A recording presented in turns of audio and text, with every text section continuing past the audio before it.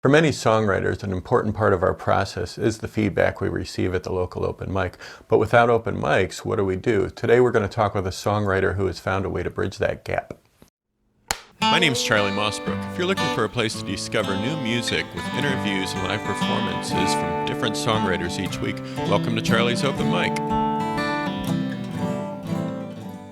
Hey, if you appreciate this content, please hit the subscription button down below. Please ring the bell so you'll get notifications of upcoming episodes. And please visit us at charliesopenmic.com. On today's show, we're going to talk with songwriter Taylor Lamborn, who has created a songwriting challenge online. But before we get to that, let's listen.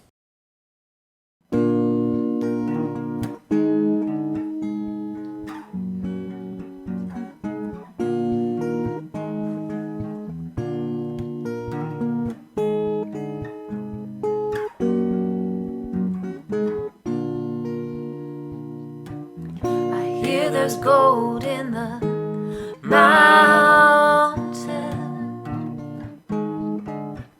I hear there's gold in the streets.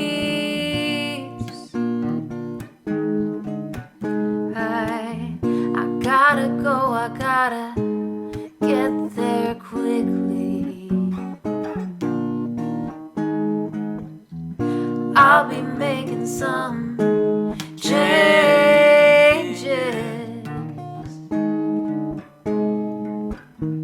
Some my father's watch, deed to his plot of land.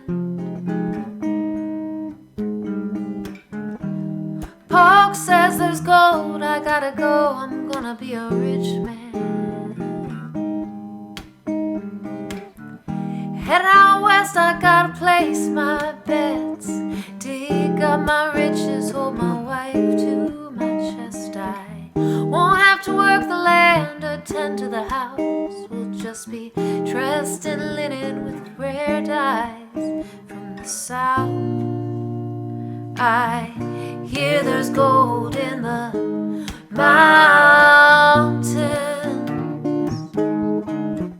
I hear there's gold in the streams.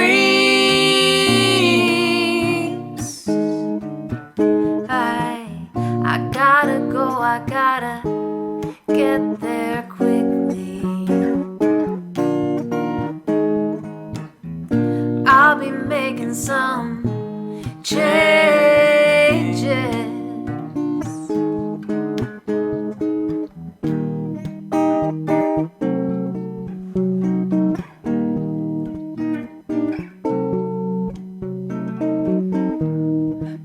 Days in, just thumbing my knife. Buried 6 men, 2 oxen, my wife. 1,000 miles since I've seen a friendly face. Drink my reflection, can't even see myself straight.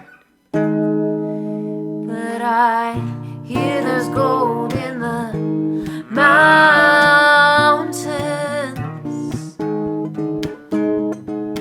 I hear there's gold in the streams.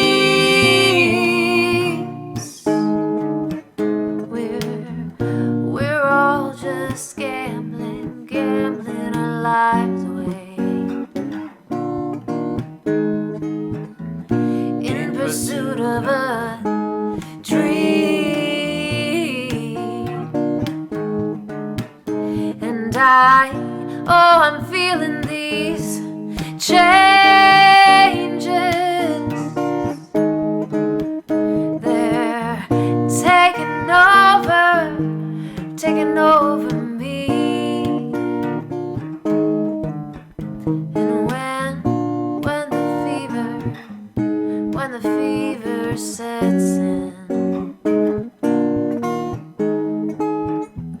might not ask you to leave.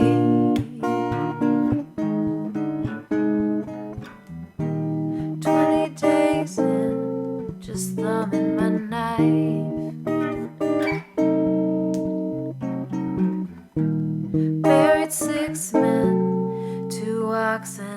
my wife.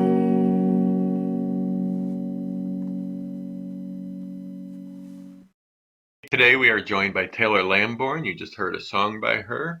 That was called Gold. She is a singer-songwriter based out of Cleveland, Ohio. And she has put together a songwriting group with Megan Stepko, who we spoke to a couple weeks ago.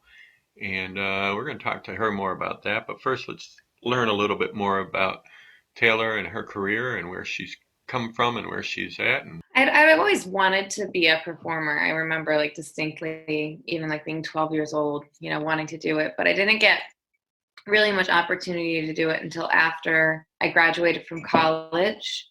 And I had my first job and wasn't really liking it. And I used every paycheck I was like saving up for a guitar.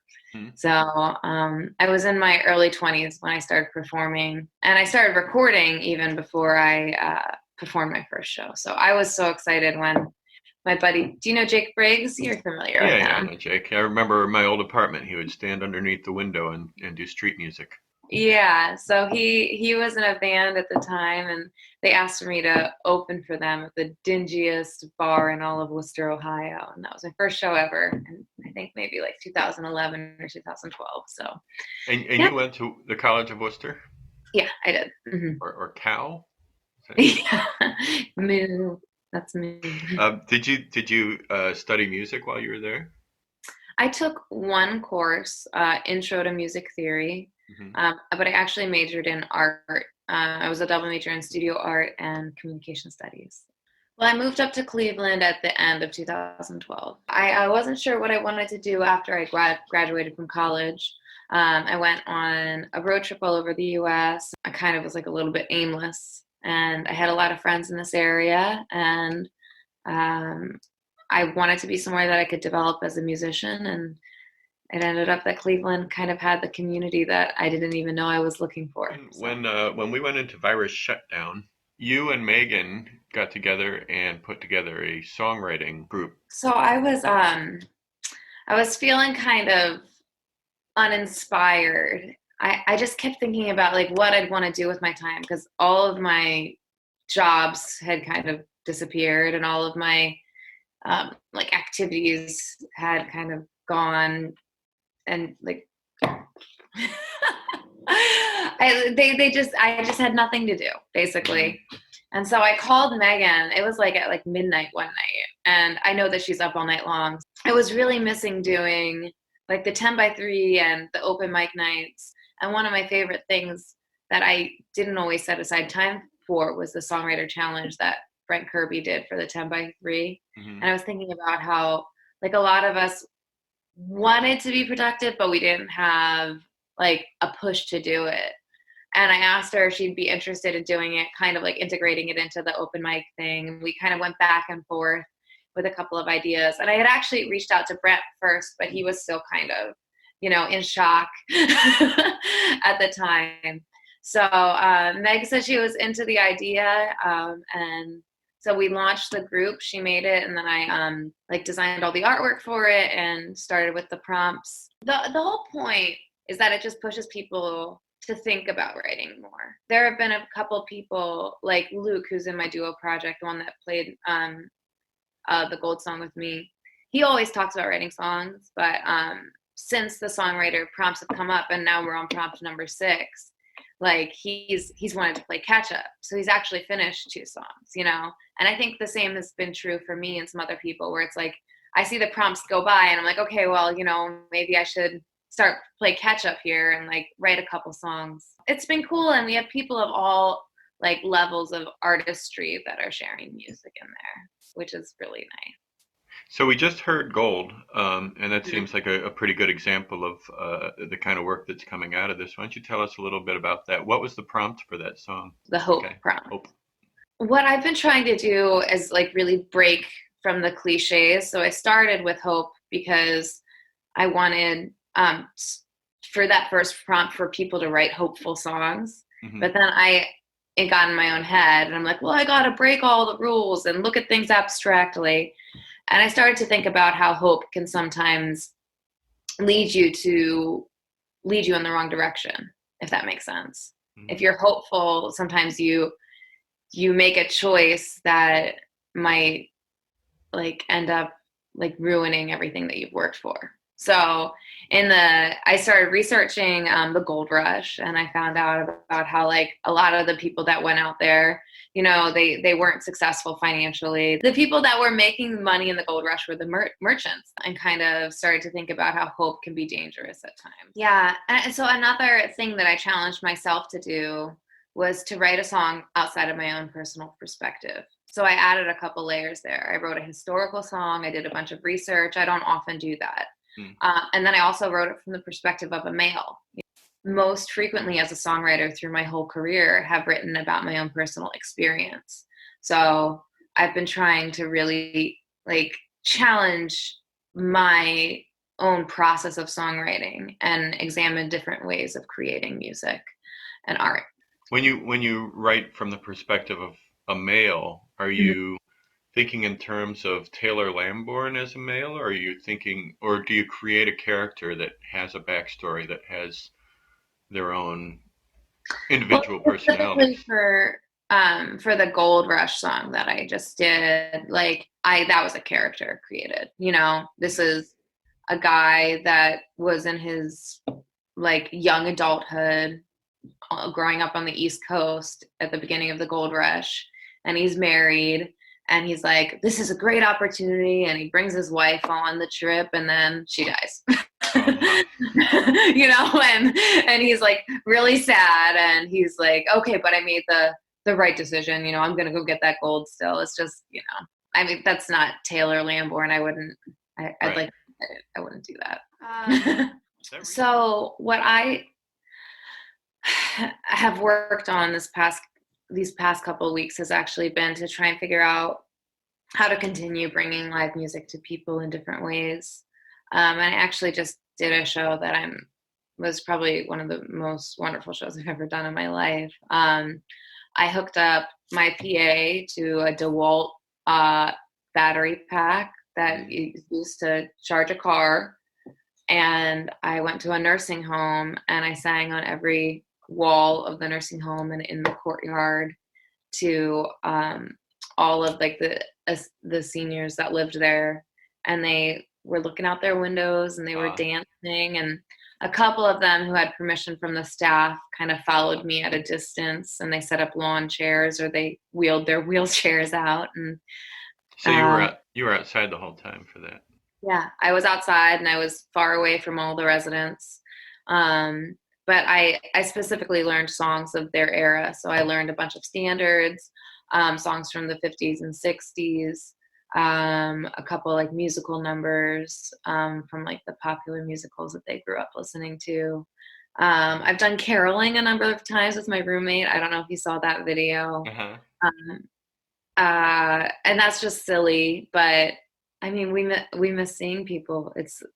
It's really hard for me. I'm an extrovert, and I do feel very isolated, as I guess we all do, you know, and I don't I don't know what to do with myself if I don't have people to talk to and interact with. So, I mean, it sucks not being able to pay my bills, but it sucks even more that I can't see people. You know, I'd rather be broke and be able to like give everybody I want to a hug.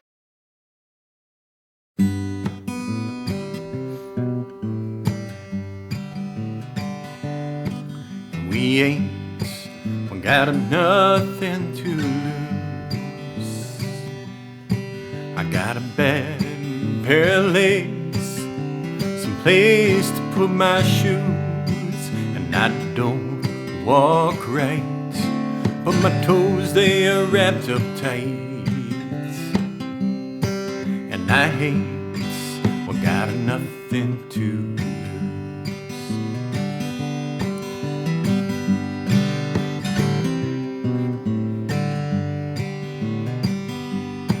She ain't got nothing to lose.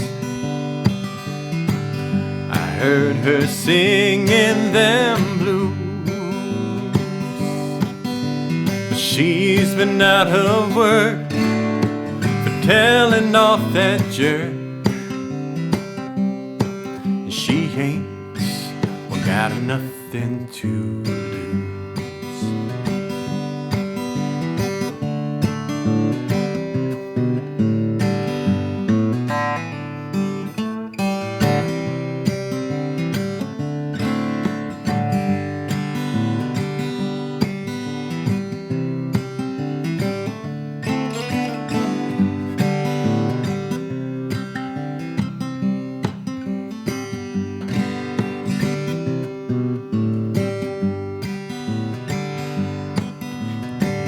We ain't got nothing to lose. The bank is getting ready to sue.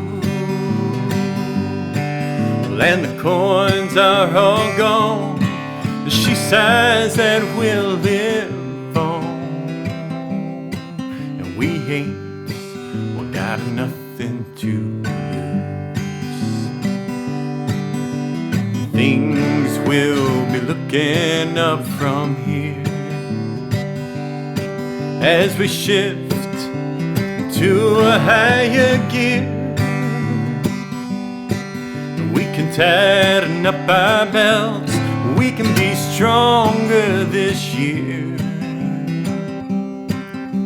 'cause things will be looking up from here, 'cause we ain't got nothing to lose. Hey, thanks for watching Charlie's Open Mic this week. Thank you to Taylor Lamborn for stopping by and talking with us and sharing a little music. Also, please hit that subscription button down below. Please ring the bell to get notifications of upcoming episodes. And you can find us at charliesopenmic.com. And there you can find a link to our Patreon page, and you can find all kinds of gear.